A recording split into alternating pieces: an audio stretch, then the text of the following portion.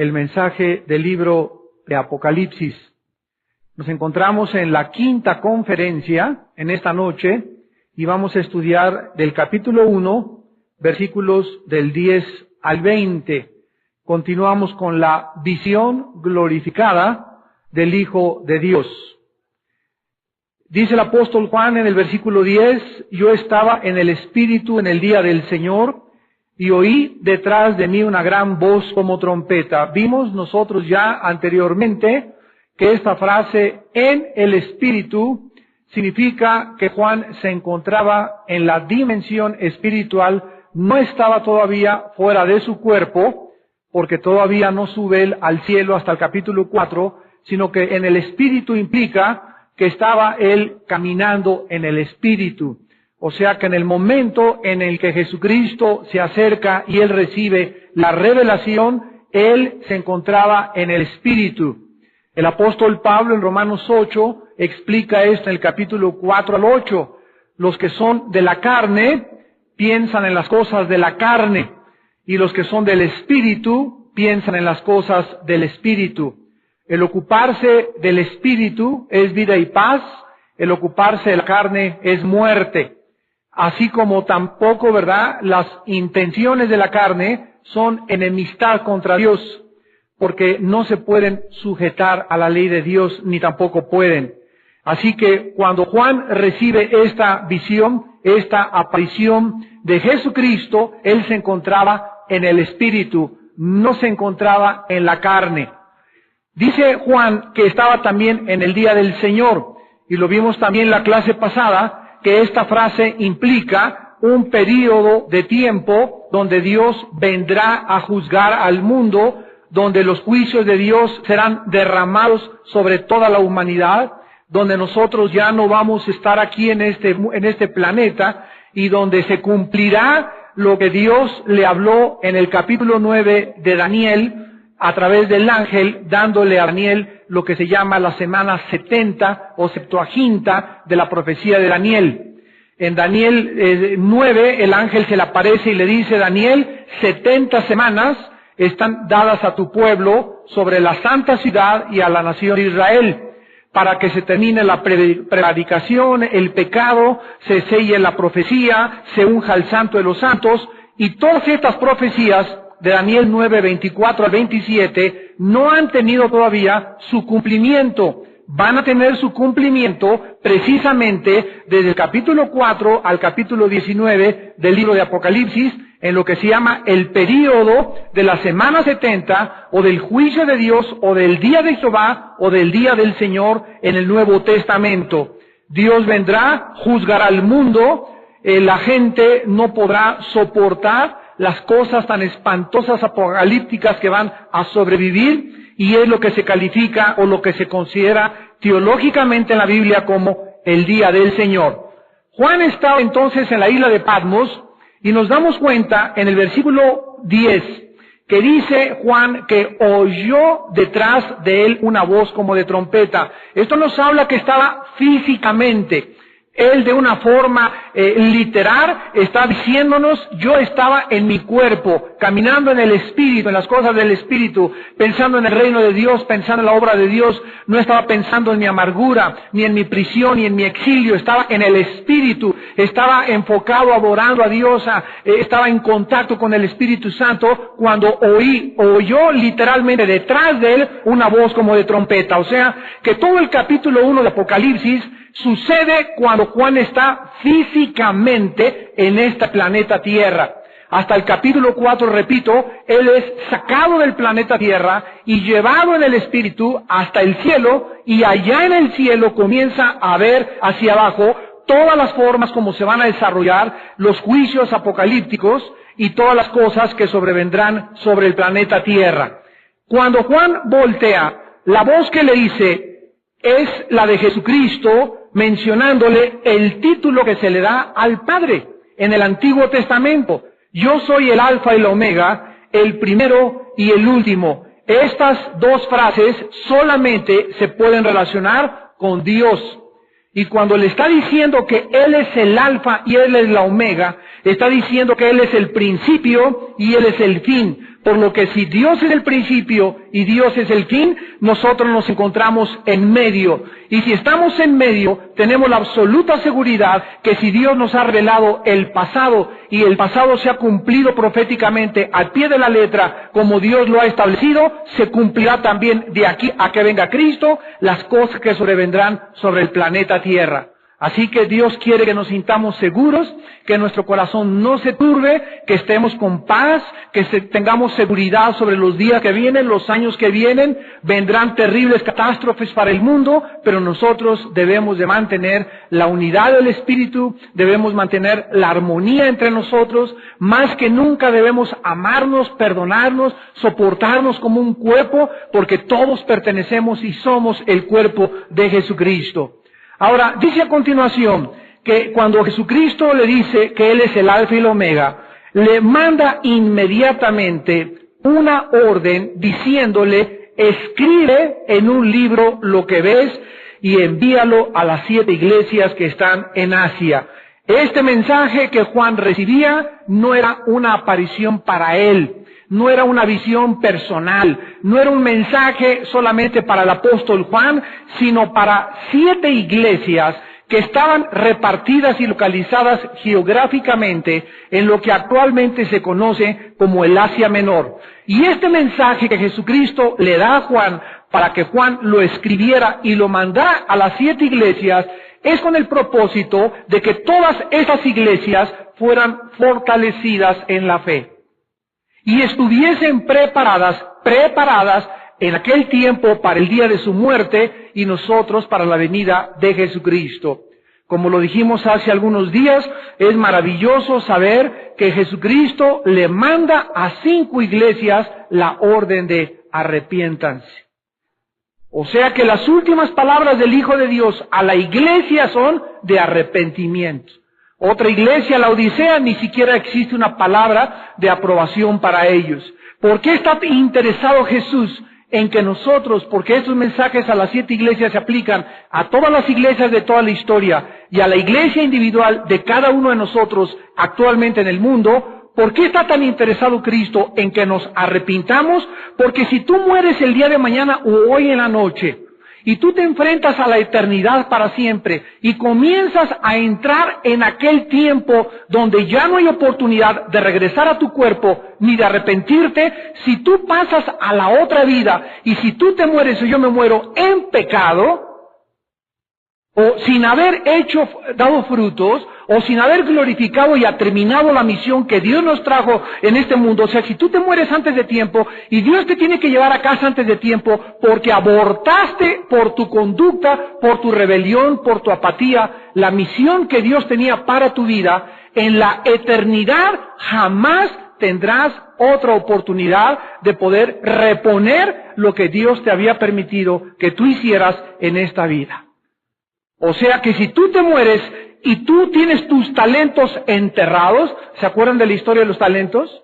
El que enterró los talentos, si tú te mueres y Dios te llama a juicio a su presencia y tus talentos los enterraste, nunca explotaste tu talento musical, nunca explotaste tu voz para el Señor, tu don para predicar, tu don para enseñar, sino que por tus pecados bloqueaste la obra del Espíritu Santo y no te desarrollaste ni tu potencial creció como debió haber sido crecido, en la eternidad te vas a arrepentir.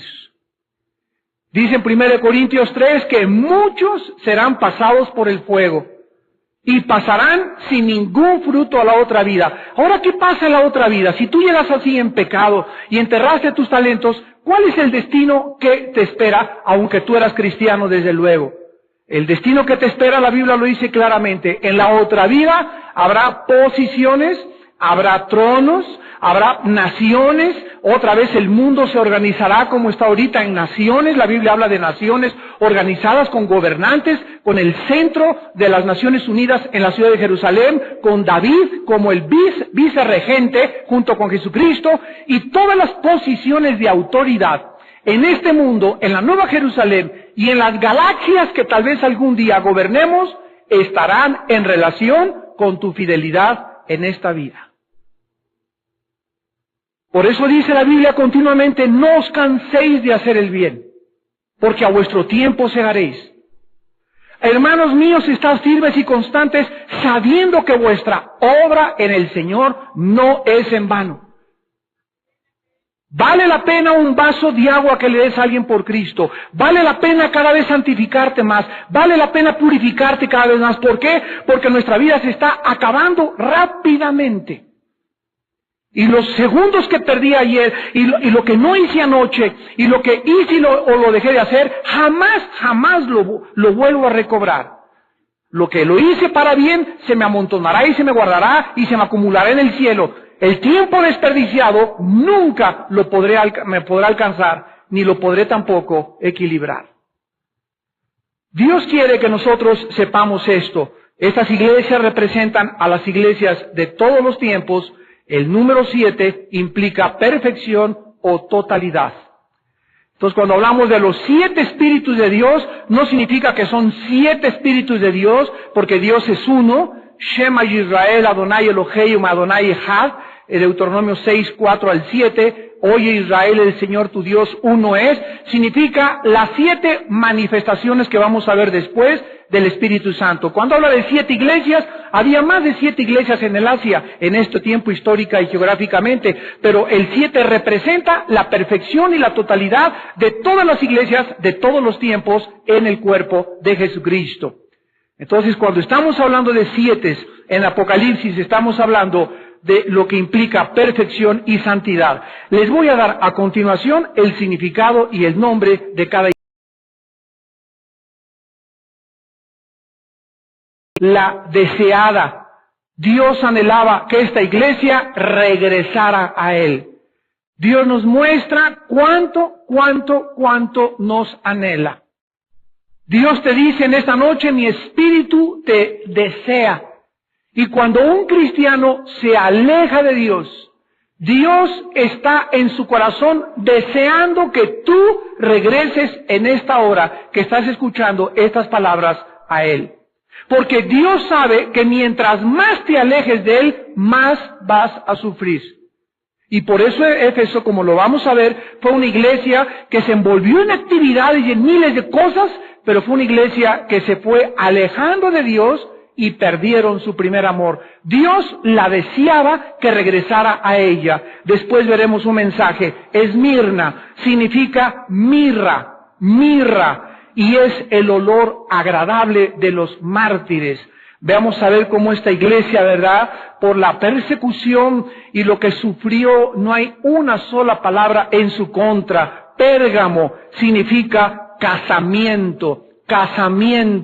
Es la iglesia que se casa, que se mezcla, que se une en el ecumenismo con el mundo. Es la iglesia que hace alianzas impías, que se prostituye, que se une al gobierno, que se une a los fascistas, que se une al comunismo, que se une a una filosofía. Es el cristiano que compromete sus convicciones y por quedar bien con el mundo, por amar la gloria del Estado, por amar la gloria de la familia, por amar la gloria de las cosas que Satanás te ofrece, comienzas a mezclarte con el mundo y te comienzas a prostituir en tu ministerio. Cuando la Biblia es bien clara y nos dice, salgan de Babilonia, salte de esos amigos, no te juntes con esas personas, no veas esas películas, ustedes son santos, apártense, límpiense los que llevan mis instrumentos.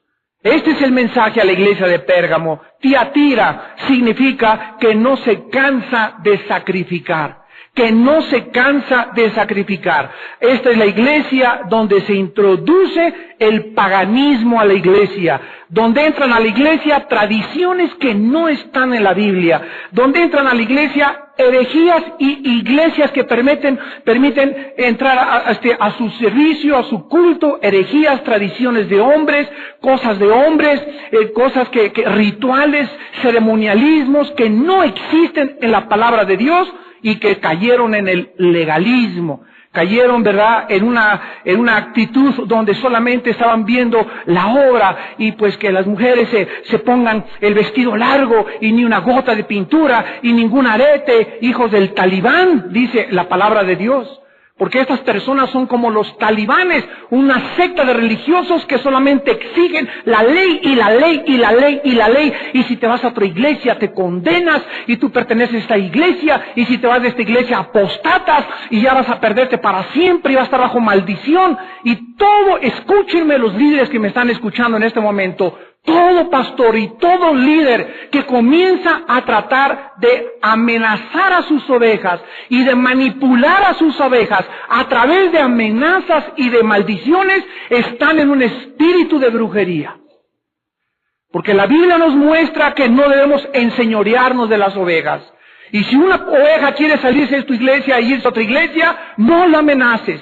Bendícela porque Dios coloca a cada quien y mientras sean cristianas, gloria a Dios. Mientras no se vaya con una iglesia, una secta o cualquier otra cosa. Pero si alguien quiere irse a otra iglesia o quiere un desayuno o quiere tomar un estudio por allá y está siendo identificado, gloria a Dios. No somos dueños de las ovejas, somos pastores y no para enseñorearnos de ellas, sino para hacer ejemplo de la grey. No como teniendo señorío, dice 1 Pedro 5, sino siendo ejemplo de la grey. Y cuando caemos en esto, caemos en la brujería. Porque no se puede amenazar a las ovejas, ni mantenerlas dentro de una iglesia a través de la manipulación, de la coerción y de la intimidación. Esta es la iglesia de aquellas personas que no se cansan de sacrificar. Sardis significa los que escapan, sardis.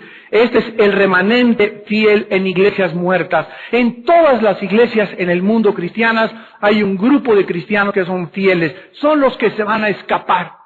En todas las iglesias que decimos, bueno, pues esta iglesia denominacional y estos líderes denominacionales, tengamos cuidado nunca de estar creyendo que aquí está la profecía y que aquí está la mejor iglesia y que nosotros tenemos la verdad, porque la verdad se encuentra en Jesucristo. La verdad se encuentra en la persona del Hijo de Dios. Y todas las iglesias, ya sea presbiterianas y ya sea las que están frías y ya sea denominacionales, todos nos necesitamos y esos pastores hay que orar por ellos y hay que bendecirlos y nunca aceptar esta posición de pues eso está mal y nosotros estamos bien. Debemos tener compasión unos por otros porque el Espíritu busca la unidad de nuestra vida. Y siempre en todas las iglesias hay un grupo de fieles, el remanente que Dios le llama y que se les titula como Sardis, los que escapan. Filadelfia significa amor fraternal. Filadelfia, amor fraternal.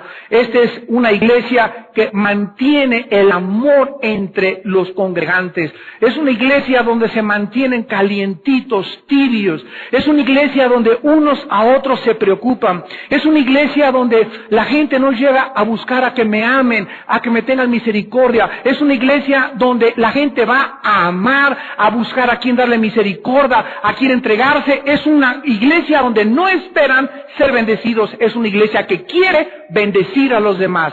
Esta es la iglesia de Filadelfia. En séptimo lugar, la iglesia de la Odisea significa juicio del pueblo. Juicio del pueblo.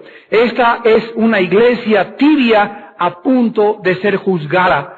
Son iglesias gobernadas democráticamente y no teocráticamente. Son iglesias donde la familia Díaz puso el techo y la familia Pérez puso las paredes. Y ellos, la familia Pérez y la familia Díaz y la familia fulana de tal, ponen al pastor, le compran a un pastor, le pagan un pastor, le dicen lo que el pastor tiene que predicar y esas familias controlan la iglesia y cuidado chitón con que el pastor se les ponga el brinco porque lo quitan y ellos ponen el pastor que ellos quieren. Son iglesias gobernadas por familias y no por líderes espirituales. Y el gobierno democrático no es un gobierno bíblico. El gobierno de la iglesia no se gobierna como el PRD, como el PRI, como el PAN. El gobierno de la iglesia no la maneja el pueblo. No es un gobierno democrático donde las ovejas votan a quien queremos por pastor. Es un gobierno que a través de los líderes, el Espíritu Santo les habla y les muestra. Hechos 13, escógeme a Pablo y a Bernabé para la obra a lo que los he llamado. Cuando iglesias son las familias, las que controlan las iglesias, son iglesias de la Odisea, son iglesias nicolaitas, como más tarde la podremos examinar con detalle. Ahora, en el versículo 12 en adelante, viene la aparición de Jesús. Dice el versículo 12 el apóstol Juan, me volví para ver. En el versículo 10, oyó. En el versículo 12, vio. o sea, tanto oído como vista, el apóstol Juan estaba dentro de su cuerpo, física, literalmente. Se volvió para ver esa voz que hablaba, y lo primero que vio el apóstol Juan fue 7 candeleros de oro. 7 candeleros de oro. Y en medio de los 7 candeleros, a uno semejante al Hijo del Hombre, vestido de una ropa que llegaba hasta los pies, ceñido por el pecho con un cinto de oro. Su cabeza y sus cabellos eran blancos como blanca lana, como nieve, sus ojos como llama de fuego, sus pies semejantes al bronce bruñido, refulgente como en un horno, y su voz como estruendo de muchas aguas. Tenía en su diestra 7 estrellas, y de su boca salía una espada aguda de 2 filos. Su rostro era como el sol cuando resplandece en su fuerza. Y cuando le vi, dice Juan, caí como muerto a sus pies. Y él puso su diestra sobre mí diciéndome, no temas, yo soy el primero y el último. Vamos a continuación a analizar cada aspecto de la vestidura de Jesucristo y del aspecto que Él presenta, para ver que en cada aspecto que Jesús revela, en sus ojos, en su pelo, en su pecho, en su vestido, en sus pies, en su mano, está relacionado con cada mensaje de las 7 iglesias. Rápidamente, por ejemplo, en el capítulo 2 de Éfeso, de Apocalipsis, capítulo 2, escribe al ángel de la iglesia en Éfeso, el que tiene las 7 estrellas y anda en medio de los 7 candeleros de oro. O sea, a cada mensaje que Cristo le da a cada iglesia, se asocia una parte de la visión con que Juan lo vio glorificado. ¿Me van siguiendo?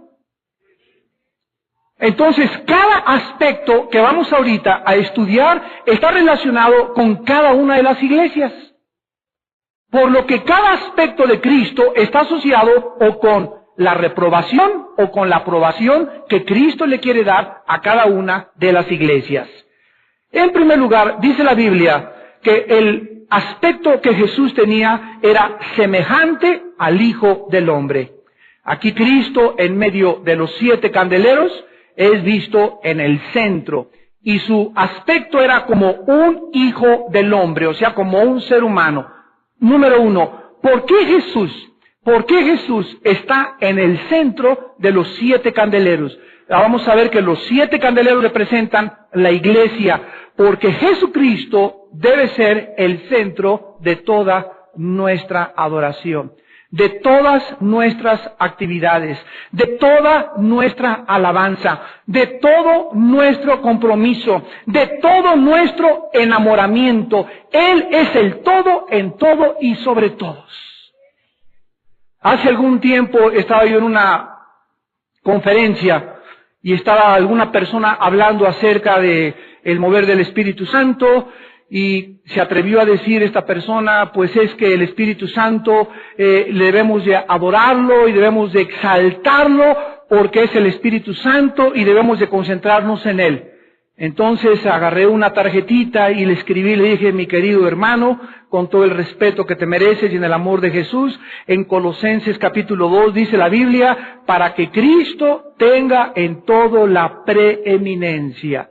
En Apocalipsis Él se muestra como el centro de la iglesia y la Biblia dice en Juan 14 y en Juan 16 que cuando el Espíritu Santo viniera, el Espíritu Santo levantaría a Jesús.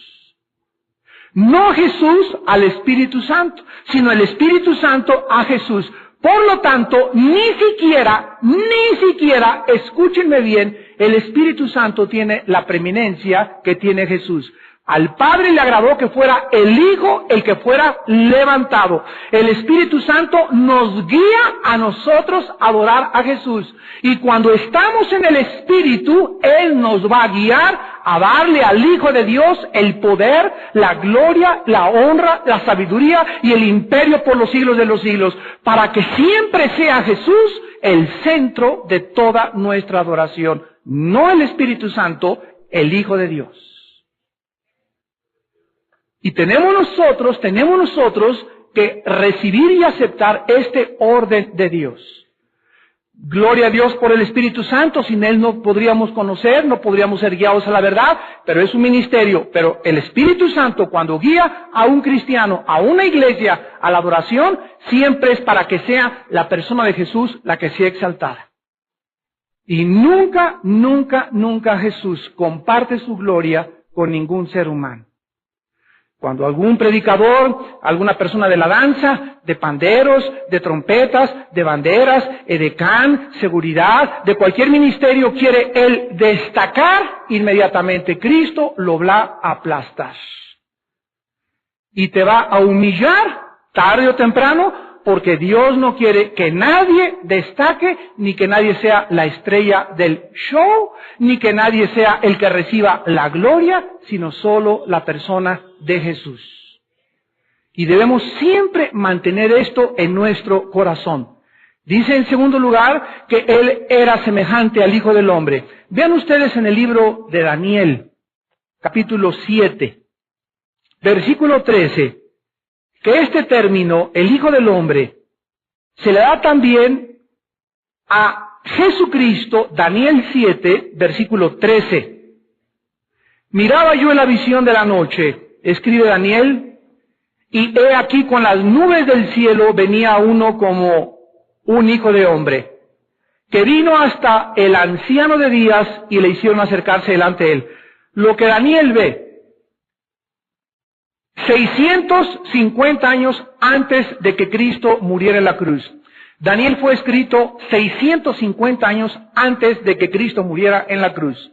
Lo que Daniel vio 650 años después es lo que Juan vio en Apocalipsis 5, cuando Dios tiene un libro en sus manos.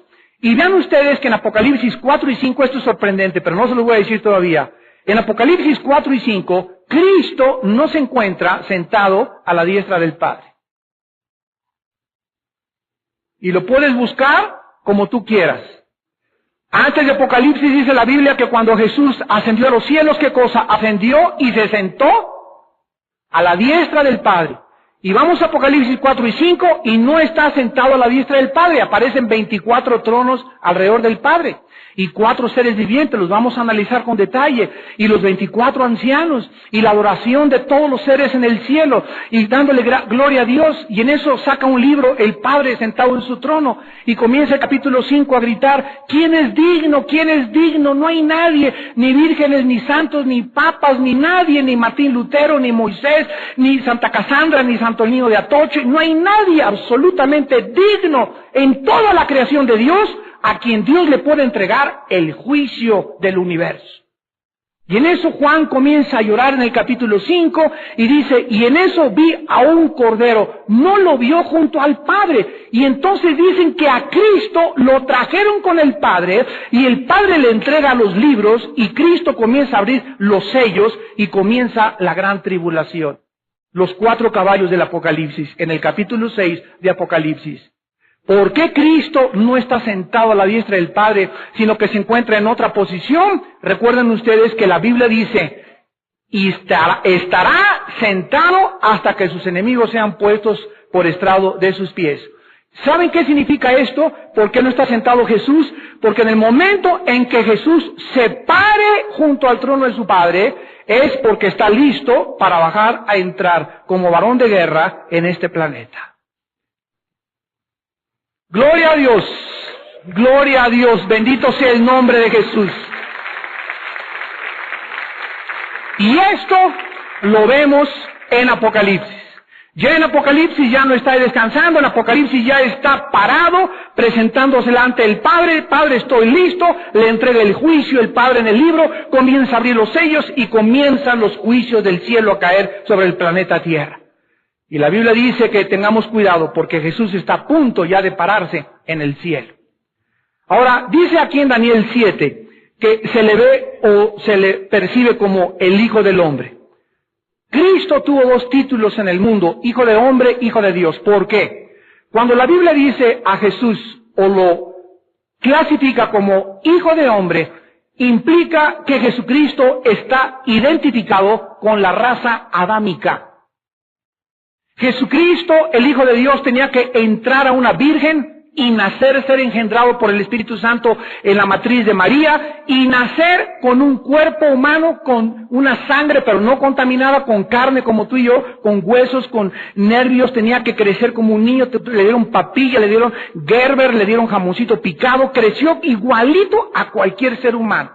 ¿Por qué? Porque tenía él como ser humano identificarse con nosotros desde Adán, para que cuando él pudiera ser levantado en la cruz del Calvario, ahí en la cruz del Calvario, Dios no podía morir. Imagínense el día que muera Dios, sobrevive un caos en el universo. Entonces, ¿quién fue el que murió en la cruz del Calvario? Jesucristo, hombre, el Hijo de María. Dios no tiene sangre, y la sangre que salió del cuerpo de Cristo era sangre humana de Jesús incontaminada. Entonces el que moría en la cruz tenía que ser un hombre, pero al mismo tiempo tenía que ser Dios.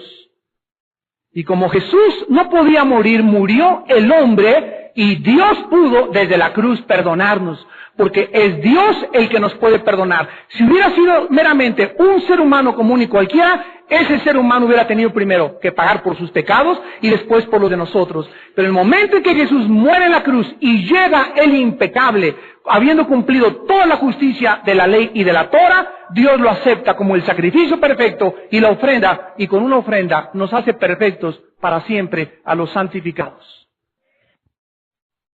Esta es la razón por la cual se le da el título de Hijo del Hombre e Hijo de Dios, porque Cristo era 100% humano y era 100% divino. Ahora, dice la Biblia que la ropa que Jesús tenía, regresamos a Apocalipsis 1, era un vestido que llegaba hasta los pies.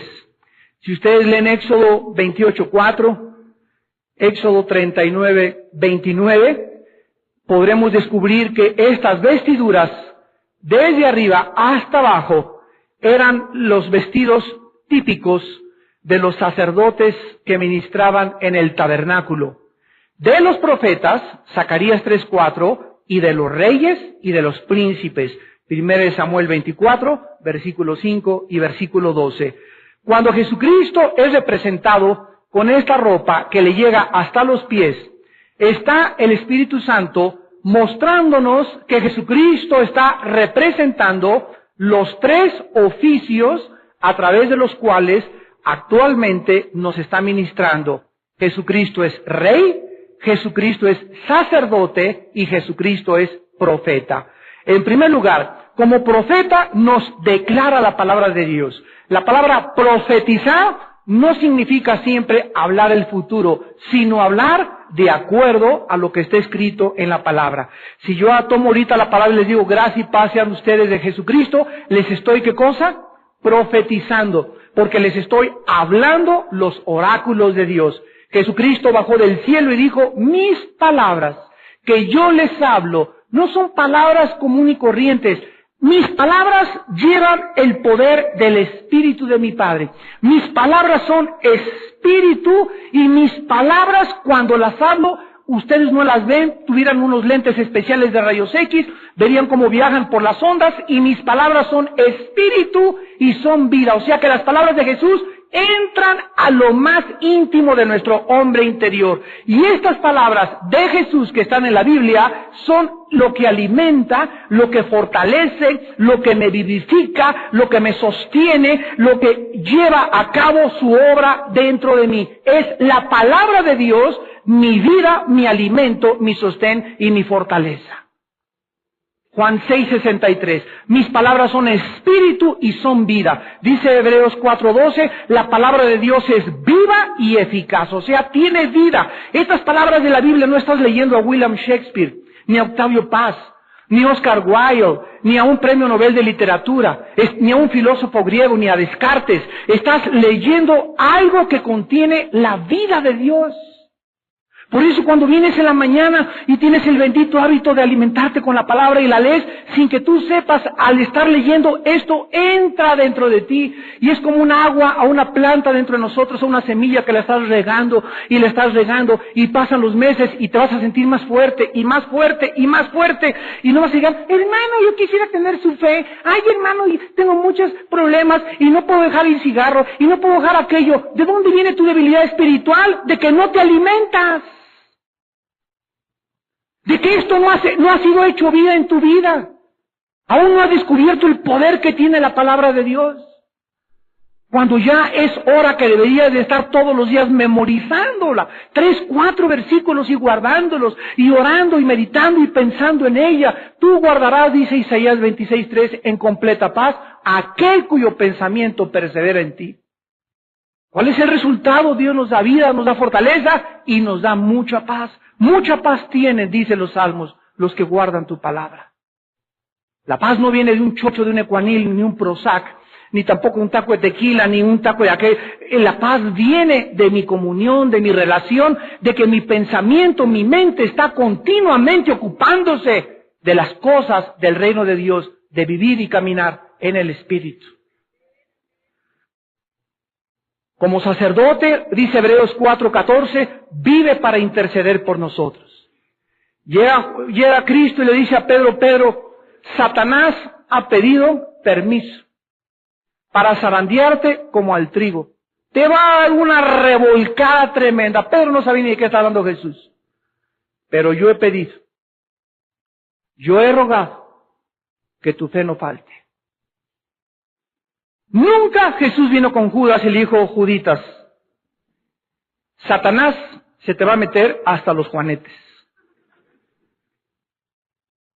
Pero yo he pedido por ti. ¿Por qué Jesús viene con Pedro y le dice, viene a atacarte el diablo, y a Judas no le dice nada? Porque Judas es calificado en Juan 17 como el hijo de perdición. Judas nunca fue salvo. Judas no perdió la salvación, nunca tuvo la salvación. Anduvo con Cristo, desayunó con Cristo, caminó con Cristo, cenó con Cristo, viajó con Cristo, y nunca tuvo la salvación ni la vida eterna, y nunca quiso entregarle su vida ni su corazón a Jesús.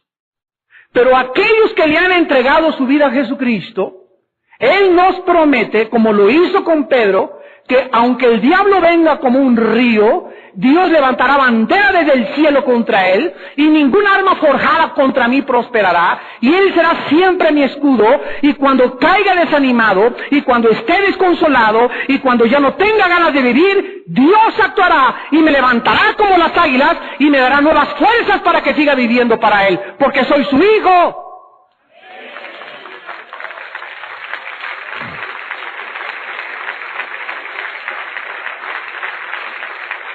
Esto es lo que significa que Él vive para interceder por nosotros. Él subió al cielo, ¿verdad? Vino Satanás, atacó a Pedro, Pedro lo negó, Pedro se avergonzó, Pedro lloró amargamente. ¿Y qué hizo Jesús? Oró para que su fe no faltara. Y cuando Pedro estaba en el clímax, en el pozo de la desesperación, ya creyendo que no había perdón para su vida, que su pecado era demasiado grande para que Dios lo perdonara, que cómo era posible que hubiera traicionado al Hijo de Dios, ahí en ese estado de desconsuelo, de desánimo, Jesús se le aparece y le dice, Pedro, ¿me amas? ¿Me amas?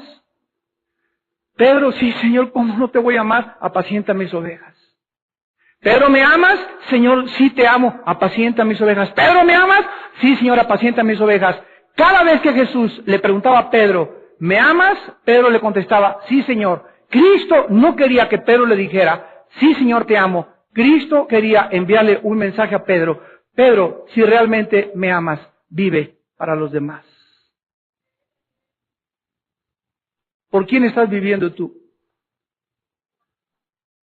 ¿A quién le estás entregando tu vida todos los días?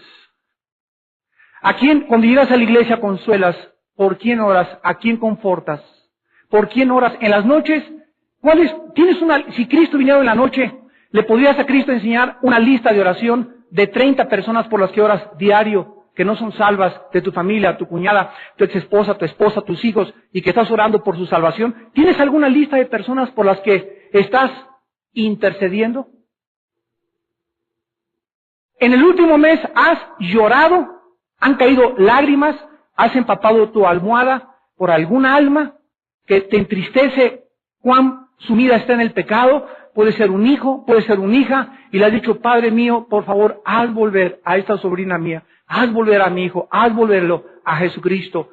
Tu corazón, ¿cómo se encuentra de ternura delante de Dios en esta noche. No me digas, Señor, Señor, haz mi voluntad. ¿Y cuál es mi voluntad? Que os améis unos a otros como yo los he amado. Pedro fue restaurado y se convirtió en uno de los apóstoles más grandes. Se le entregaron las llaves del reino de Dios, en el sentido que en Pentecostés él fue el primero que abrió el evangelio y las puertas del reino con el primer mensaje en el día de Pentecostés. El apóstol Pedro, que días antes había traicionado y cometido alta traición contra su maestro. Pero él era hijo de Dios y su fe no faltó, así como nuestra fe no faltará, porque él vive para interceder por nosotros. Él es nuestro sumo sacerdote en el cielo ahorita. ¿Cuánta confianza me da? ¿Cuánta paz llena mi corazón?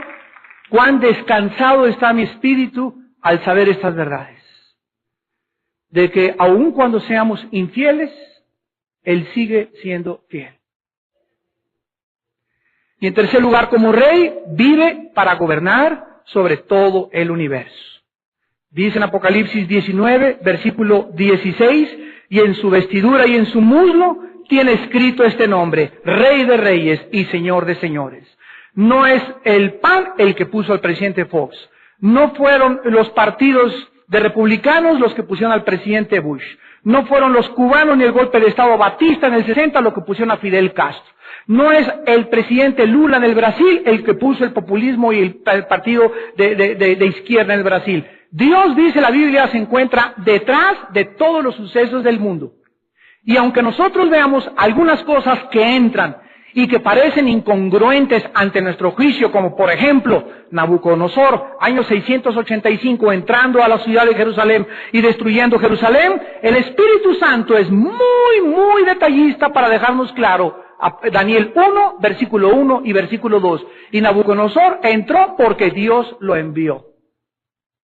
Detrás de la invasión de Nabucodonosor contra Jerusalén se encontraba el plan de Dios.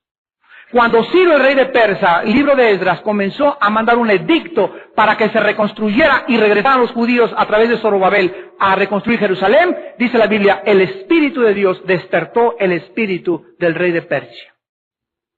Dios se encuentra de todas las cosas que suceden en el mundo. Hay cosas, por ejemplo, que Dios le da a un presidente y dice, yo te puse aquí, mas las cosas malas que hace un presidente, como en el caso de Nabucodonosor, que se aprovechó, él será juzgado. Pero Dios permite en su voluntad permisiva que muchas cosas suceden, porque esas cosas que redundan para el bien de los malos y que creemos que para nosotros nos perjudican, es lo contrario. Todas las cosas contribuyen para nuestro bien. Esta es la sabiduría de Dios. Y tus pensamientos no son los pensamientos de Dios. Y así como Dios permitió que José, ya lo vimos, fuera vendido, fuera rechazado, fuera encarcelado, y parecía que todas las circunstancias adversas estaban en contra de él, y lejos de la familia, y aislado de todos, y aplastado de todos, formaba parte del plan de Dios. Reconócelo en todos tus caminos, y Él enderezará tus veredas. Ahora dice a continuación que también Jesucristo, versículo 13, capítulo 1 Apocalipsis, estaba ceñido por el pecho con un cinto de oro. Y el cinto de oro en Éxodo 28, 4, Éxodo 39, 29, era el cinto que usaban los sacerdotes levitas, que simboliza fuerza y autoridad. Fuerza y autoridad. Con la diferencia que el cinto de Cristo era de oro, el de los sacerdotes y de los levitas no era de oro, porque el oro simboliza en la Biblia la divinidad. Por ejemplo, el arca de la alianza, que era una cajita así, por dentro era madera y forrada con oro. La madera significa la humanidad, el oro la divinidad.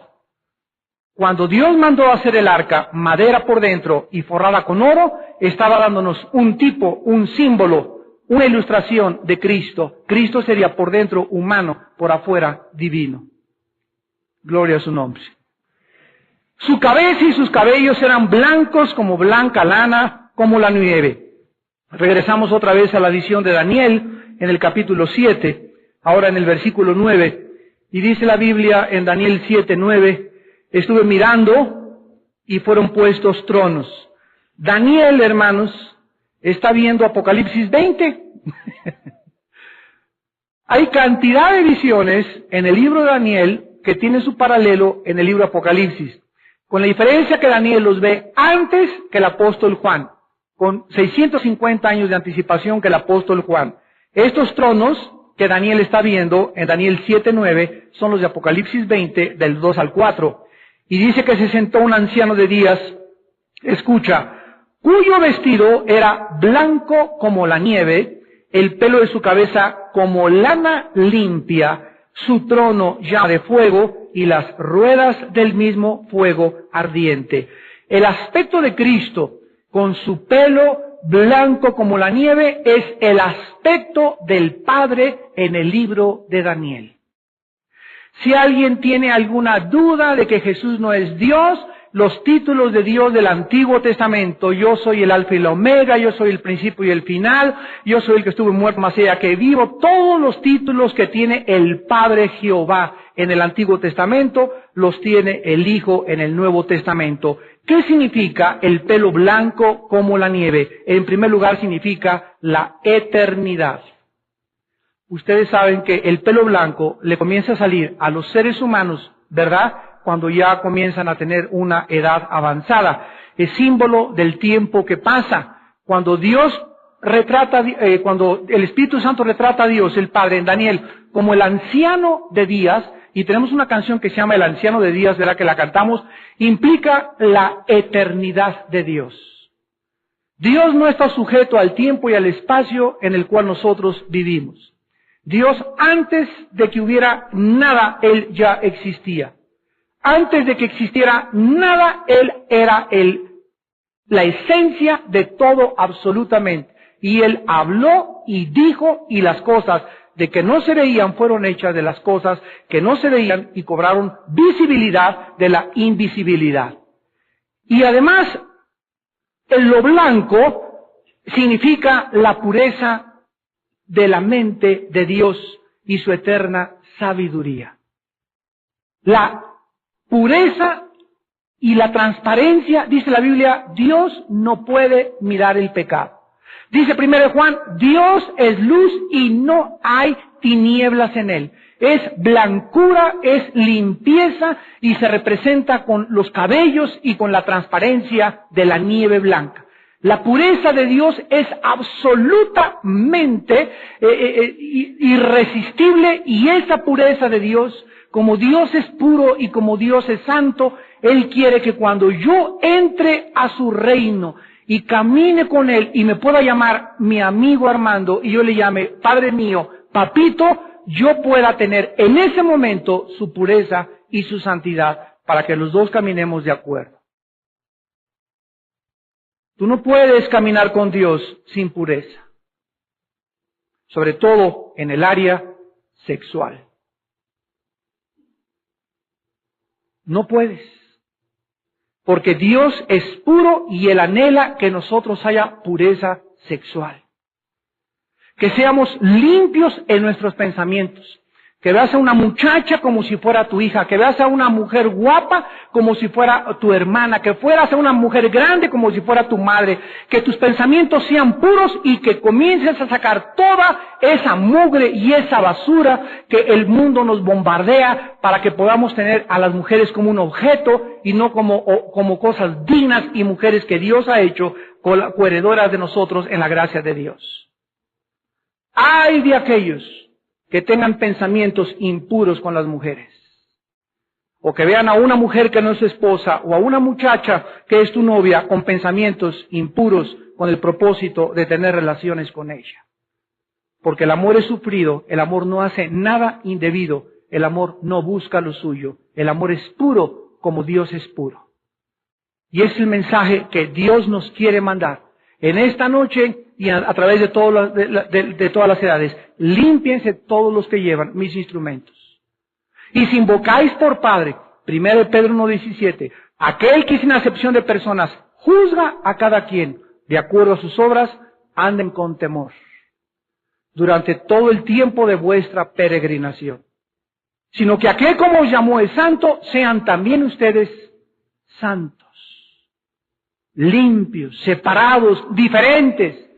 Que este mundo no entre a tu vida ni te dejes contaminar por el mundo. Fíjate, hay muchos cristianos que yo he descubierto que tienen creencias, o sea, creen que Jesús es el Salvador, creen que la Biblia es la palabra de Dios, cristianos que creen que están en la iglesia correcta. Sin embargo, hay una gran diferencia, sígueme con cuidado, entre creer y tener convicciones.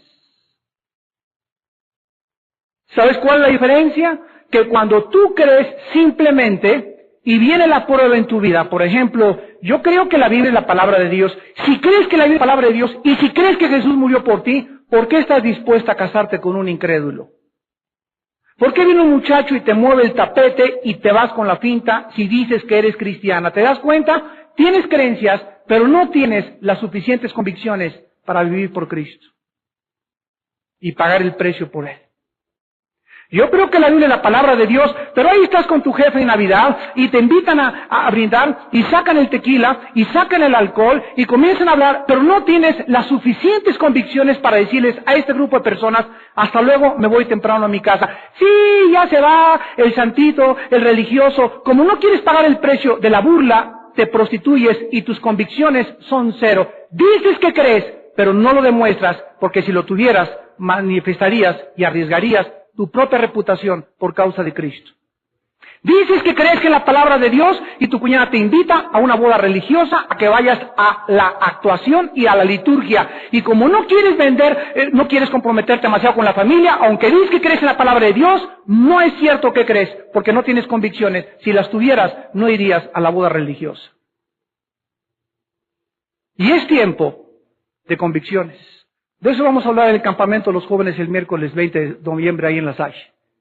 De las convicciones. Daniel era un muchacho que no solamente creía, sino que por sus convicciones dijo, no como, ni bebo, ni veo, ni participo en nada de lo que Babilonia está involucrado. Esas son convicciones. Hasta que tú no manifiestas lo que crees, arriesgando tu reputación, arriesgando tu dinero, arriesgando tu gloria, arriesgando una posición, arriesgando la burla, no es cierto que crees. Es la creencia y la fe de los demonios, de Santiago 2. Los demonios también creen y tiemblan, pero no hacen la voluntad de Dios. ¿Te das cuenta? Si tú tuvieras convicciones, no te venderías como te vendiste con tu jefe. Si tú tuvieras convicciones, no tendrías miedo y darías tus diezmos. ¿Por qué no das tus diezmos? Es que hice las cuentas y no me alcanza, porque no tienes convicciones, o sea, no crees suficiente y profundamente que Dios es tu pastor y que nada te va a faltar. Porque si lo creyeras, diezmarías. Pero no lo haces. ¿Por qué no lo haces? Porque en lo profundo de tu corazón no es cierto que crees. Es hasta que das el paso y haces lo que Dios te manda, cuando lo que tú crees se forma una convicción. Y sabes una cosa, mientras más pasos damos de fe y mientras más obedecemos a Dios, más nos fortalecemos interiormente y más fuertes estamos para resistir la presión del mundo. Por eso el cristiano es así.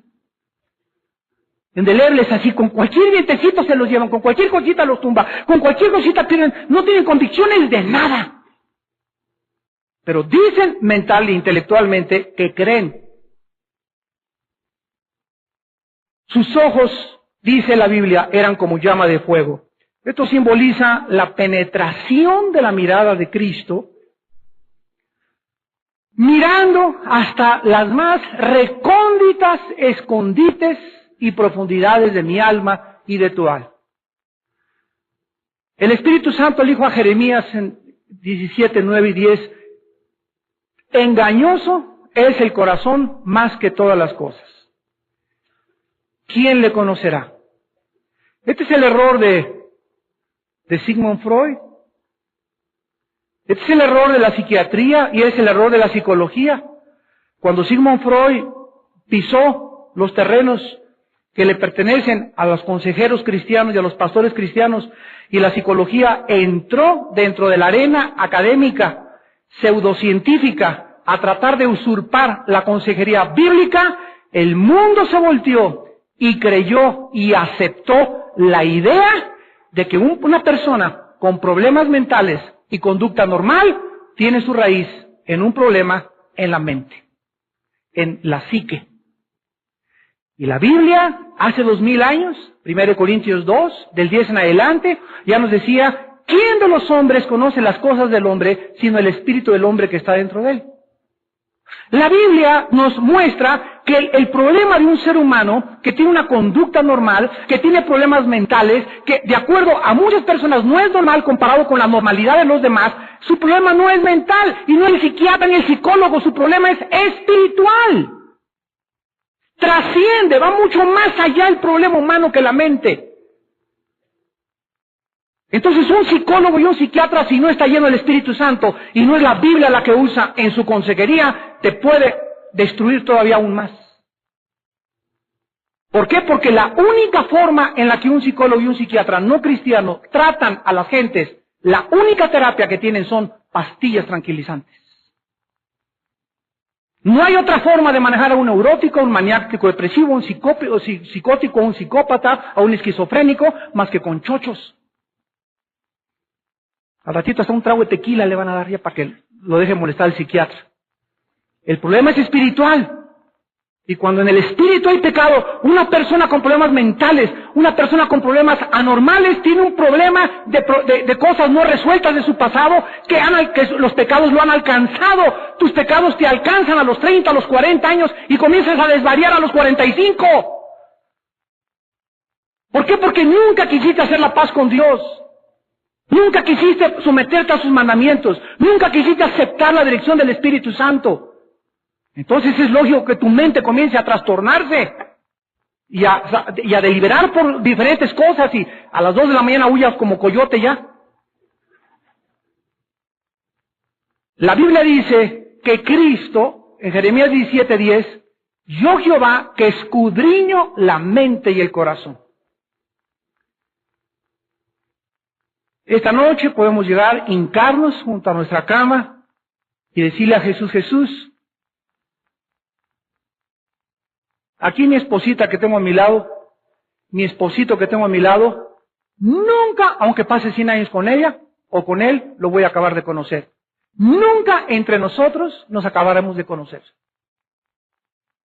Hay personas que en Estados Unidos y aquí en México que le traen a sus hijos a la señora Pompidou. ¿Qué cree señora Pompidou? Que su chamaquito de 17 años hizo mi pichililín, es incapaz de esas cosas, es capaz de eso y demás. El concepto que tenemos nosotros de la gente, mira, si tú ves una foto de Bin Laden, tiene una cara de borreguito a medio morir. Mira, podría ser la ilustración de Santo Tomás. No es cualquiera diría, el terrorista más grande del mundo. Una mirada así. No, tiene una mirada así de gurú, ¿verdad? Así de una aparente paz y camina así tranquilo, ¿verdad? Y con su riflito y ti.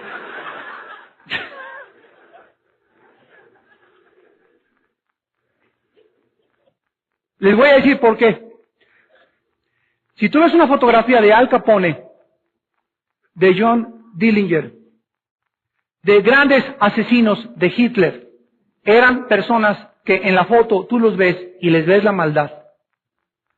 ¿De qué nos habla que ahora los malos, los personajes terroristas, los que están culpables de genocidio, las personas así, tengan una cara que disfraza? Porque conforme pase el tiempo y los años, el mal será cada día más sutil y más sutil y más sutil. Y Satanás se presentará al mundo cada vez más como un ángel de luz. ¿Qué les quiero decir? Que mientras pasen los años, será cada día más difícil discernir quiénes son los buenos y quiénes son los malos. Y si no, vean ustedes las noticias y vean ustedes los periódicos todos los días. Ya no se sabe, ya Hussein es héroe. Ya hay miles de protestas en el mundo, en Florencia, en Italia, 500,000 de personas protestando. Por favor, no ataquen Irak. Disfrazados, escúchenme y abran sus sentidos espirituales. Disfrazados con un movimiento que se llama pacifismo. El pacifismo no es bíblico. ¿Cuál es el problema de las millones de personas que desfilan en la calle diciendo que demandan la paz y que no ataquen? El problema es que esas personas no saben que desgraciadamente para que haya paz se tiene que usar la fuerza. Es un mundo de inmaduros y de seres humanos que creen, no ataquen Irak, a que vamos a guardar las armelitas, las pistolitas y nadie, todos en casita. Y aquel se sigue armando y va a desatar una tercera guerra mundial en el Medio Oriente. Y la única forma de evitar eso es ir y quitarle las armas y quitarle todo el poder que tiene biológico y químico. Pero la única forma de hacerlo es por la fuerza. ¿Por qué? Por el pecado. Entonces es una utopía social el creer que no hay guerra y empiezan luego, ¿se acuerdan los 60? Las canciones de Bob Dylan, de John Baez y los Beatles y todos abogando por la paz y el mundo y por favor no se peleen, pero carrujotes de marihuana que se metían. Y no vayan a atacar Vietnam y fuera de Vietnam, pero vivían en comunidades y ya no sabían los niños que crecían en los 60 de quién era el papá y quién era la mamá. La juventud que se rebeló y protestó contra los adultos en esa época cometieron 5 veces errores más profundos que los adultos que estaban criticando. ¿Por qué? Por la ignorancia de este libro que se llama la Biblia. Mientras haya pecado, tiene que haber guerras. Y mientras hay guerras, estas guerras tienen que traer la justicia y la paz. Dice la Biblia, justificados por la fe, tenemos paz. Para que haya paz, tiene que haber justicia. Y la única forma de que haya justicia en el mundo injusto en que vivimos es a través del uso de la fuerza. No se puede por las buenas tratar con terroristas, con criminales, con secuestradores. Se tiene que aplicar la fuerza y el uso de la policía y de los ejércitos. Y la gente, ignorando esto, en una utopía falsa, viven y protestando. Peace and love. No ataquen Irak. Los ojos de Cristo nos redarguyen y nos muestran lo profundo de nuestro corazón. Sus pies como el bronce bruñido, refulgente como un horno. El bronce en la Biblia, Levítico 26:19. Deuteronomio 28:15, es el símbolo del juicio de Dios. Por ejemplo, dice en Deuteronomio capítulo 28, hablándole Dios a la nación de Israel, versículo 15. Acontecerá que si no oyes la voz de Jehová tu Dios, para procurar cumplir sus mandamientos y sus estatutos que yo te intimo hoy, vendrán sobre ti estas maldiciones y te alcanzarán. Versículo, Deuteronomio capítulo 28, versículo 23. Los cielos que están sobre tu cabeza serán de bronce, y la tierra que está debajo de ti de hierro. El bronce implica juicio o la obstaculización de la gracia de Dios sobre la raza humana. Cuando la Biblia nos muestra que Jesucristo tenía los pies de bronce bruñido, significa que Jesucristo viene en primer lugar a juzgar a su iglesia.